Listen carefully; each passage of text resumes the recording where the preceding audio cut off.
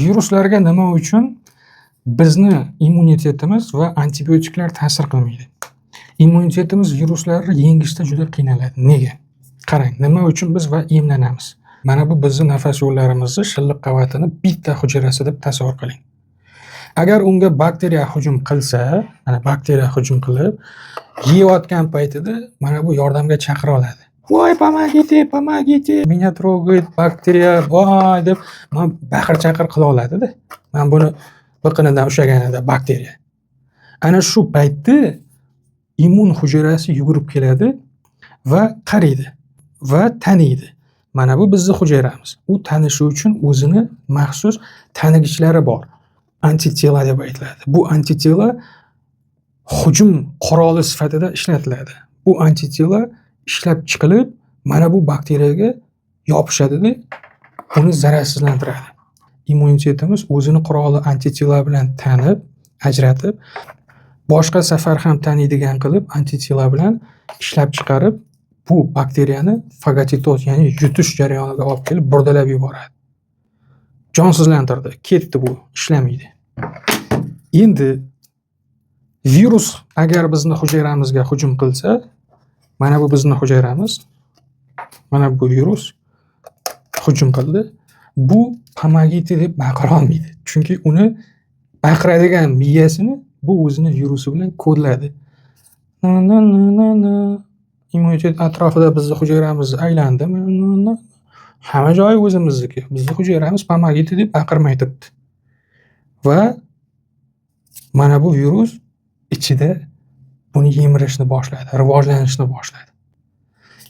Endi xuddi shunaqa bu nariroqqa ketadi, mana bu birdalanib ketadi-da, bir necha viruslar mana hosil bo'lib chiqib ketadi-da, daryoqdagi hujayralarga shu usulda kirib oladi.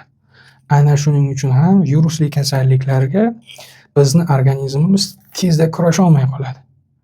Va buning uchun biz agar virusga misol uchun ko'pincha emlangan bo'lsak, aytaylik qizamiq yoki qizilcha virusiga emlangan bo'lsak, emlanishda shunday tanuvchi bizda moddani yuborilgan bo'ladi.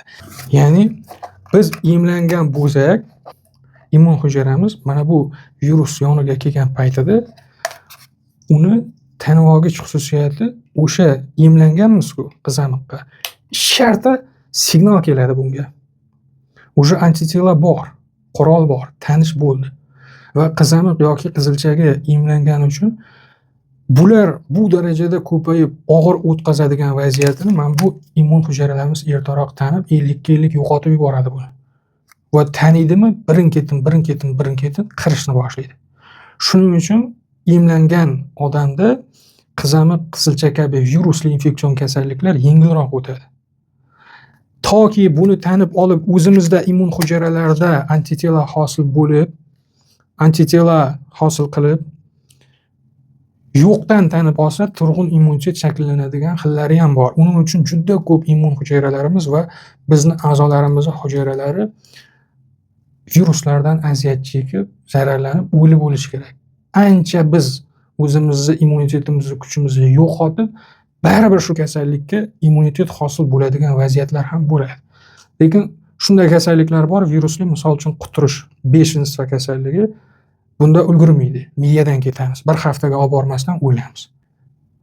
Yo'qotib yuboradigan, bizni o'ldirib yuboradigan viruslar ham bor. Mana shuning uchun ularga emlanishning ham foydasi bo'lmay qoladi. Endi ayrim turdagi viruslarga emlanganning foydasi yo'q. Nima uchun? Misol uchun COVID, ORI, gripp, har yil bo'ladigan oddiy virusli shamollashlar bor-ku.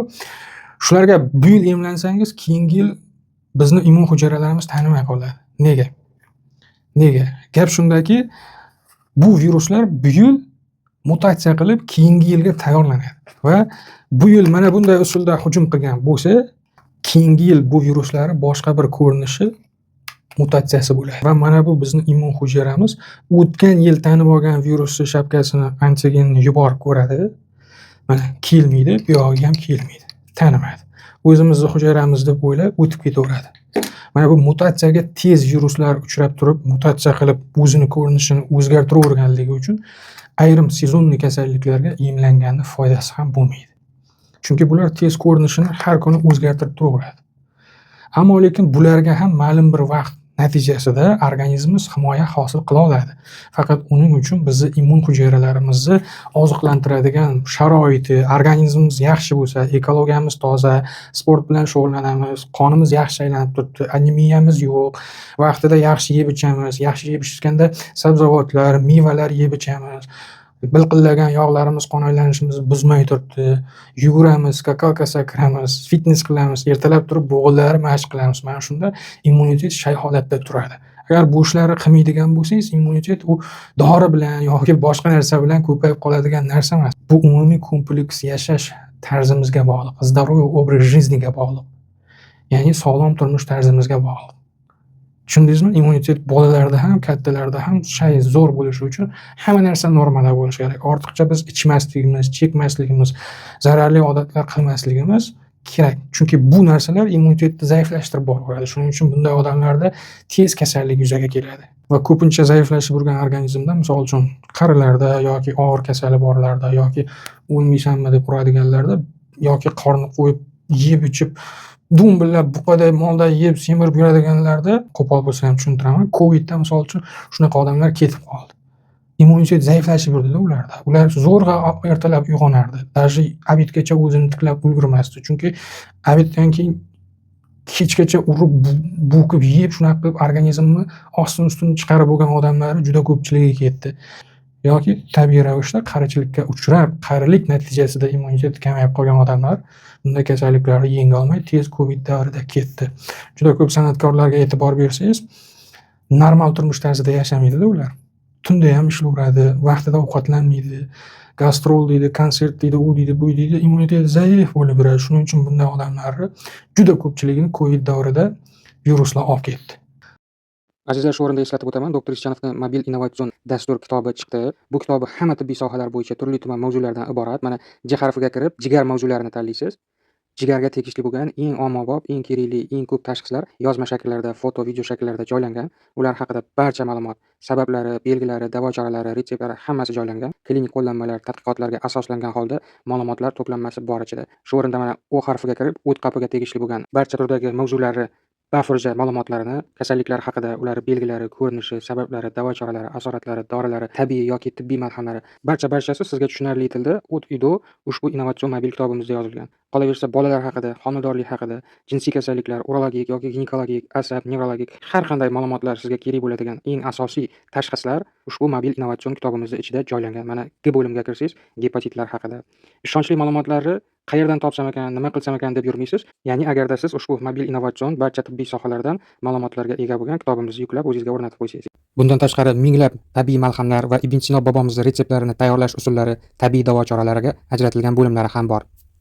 Bu innovatsion mobil ilova kitobimizni iPhone'larga yuklash uchun App Store saytidan, iPhone emas telefonlar yuklash uchun telefoningizda Play Market yoki Google Play saytiga kirib, o'sha joydan birinchi yordam so'zini yozib, skachat qilib olishingiz mumkin.